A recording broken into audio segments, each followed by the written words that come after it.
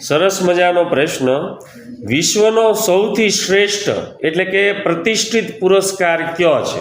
ચાલો, વિશ્વનો સૌથી શ્રેષ્ઠ પ્રતિષ્ઠિત પુરસ્કાર કયો છે? કોને આવડે છે? બોલો તો લક્ષભાઈ।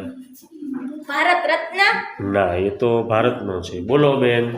નોબેલ પુરસ્કાર। નોબેલ પુરસ્કાર। જો નોબેલ પુરસ્કારની શરૂઆત 1901 થી થઈ। નોબેલ પુરસ્કારની સ્થાપના છે ને સ્વીડિશ વૈજ્ઞાનિક આલ્ફ્રેડ નોબેલની યાદમાં કરવામાં આવી હતી, જે રસાયણશાસ્ત્રી હતા અને ડાયનામાઇટના શોધક હતા।